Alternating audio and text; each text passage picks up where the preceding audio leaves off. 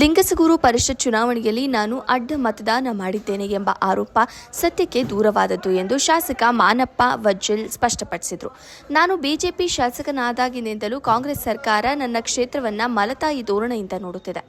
ನನ್ನ ಕಂಪನಿಯನ್ನು ಮುಚ್ಚುವ ಹಂತಕ್ಕೆ ತಂದು ನಿಲ್ಲಿಸುವ ಮೂಲಕ ಕಾಂಗ್ರೆಸ್ ಸರ್ಕಾರ ನನ್ನ ಮೇಲೆ ದ್ವೇಷ ರಾಜಕಾರಣ ಮಾಡುತ್ತಿದೆ.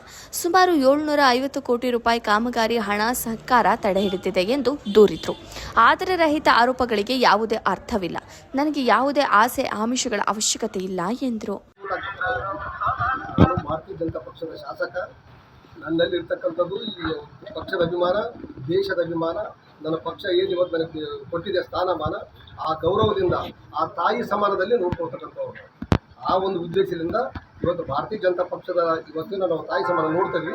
ಅದೇ ನಾವು ಇವತ್ತು ಅಳವಡಿಸಿಕೊಂಡಿರ್ತಕ್ಕಂಥದ್ದು. ಕಾಂಗ್ರೆಸ್ ಮೂಟು ಅಡ್ಡಮತ ಆಗ್ತಕ್ಕಂಥ ಅವಶ್ಯಕತೆ ಬರಲ್ಲ. ಅದು ನಮ್ಗೆ ಯಾವತ್ತೂ ಅದು ವೈರಿನೇ, ಅದು ವಿರುದ್ಧನೇ ನಮಗೆ. ಅದಕ್ಕೆ ಮಟ್ಟಕ್ಕೆ ಅವಶ್ಯಕತೆ ಇದೆ ನಮಗೆ. ಇವತ್ತು ಬಂದು ಮಾಡ್ಕೊಂಡು ಅವ್ರಿಗೆ ಓಟ್ ಹಾಕ್ತಾರದು ಇನ್ನೇನು ಹೇಳ್ತಾರೆ. ಮತ್ತು ಮೈಸೂರು ಪತ್ರಿಕೆಯಲ್ಲಿ ಪ್ರಿಂಟ್ ಅದನ್ನು ನೋಡಿದೆ, ನಾವು ತೋರಿಸಿದ್ದಾರೆ. ಅದು ಯಾವುದು ಅದಕ್ಕೆ ನನಗೆ ಯಾವ ಸಂಬಂಧ ಇಲ್ಲ. ಯಾರು ಮಕ್ಕಳ ಅವಶ್ಯಕತೆ ಬರಲ್ಲ. ದುಡ್ಡಿನ ಅವಶ್ಯಕತೆಯೂ ನನಗಿಲ್ಲ. ಯಾರ ಮೇಲೆ ಹೋಗಿ ದುಡ್ಡು ಕೇಳಿ ದುಡ್ಡು ತೊಗೊಳೋದು ಭಗವಂತ ನನಗೆಲ್ಲನೂ ಕೊಟ್ಟಿದ್ದಾರೆ. ಆ ದುಡ್ಡಿನ ಅವಶ್ಯಕತೆಯೂ ನನಗಿಲ್ಲ. ಒಂದು ಏನಾದರೂ ಪ್ರೂಫ್ ತೊಗೊಂಡು ಇದೇನು ಪ್ರಕಟಣೆ ಮಾಡಿದಾರಲ್ಲ ಪುಣ್ಯಾತ್ಮವನು, ಆ ಒಂದು ಪ್ರೂಫ್ ತೊಗೊಂಡು ಏನಾದರೂ ಪ್ರೂಫ್ ತೋರಿಸಿದ್ರೆ ಇವತ್ತಿನ ದಿವಸನೇ ನಾನು ಇವತ್ತಿನಿಂದ ರಾಜ್ಯಕ್ಕೆ ನಿವೃತ್ತಿ ಆಗ್ತೀವಿ. ಪಕ್ಷದ ಒಬ್ಬ ಕಾರ್ಯಕರ್ತನಾಗಿ ಪಕ್ಷದ ಗೇಟ್ ಕಾಯ್ಕೊಂಡು ಕಸ ಹೊಡ್ಕೊಂಡಿರ್ತೀನಿ ಭಾರತೀಯ ಜನತಾ ಪಕ್ಷದ ಕಚೇರಿಯಲ್ಲಿ ಸ್ಪಷ್ಟವಾಗಿ.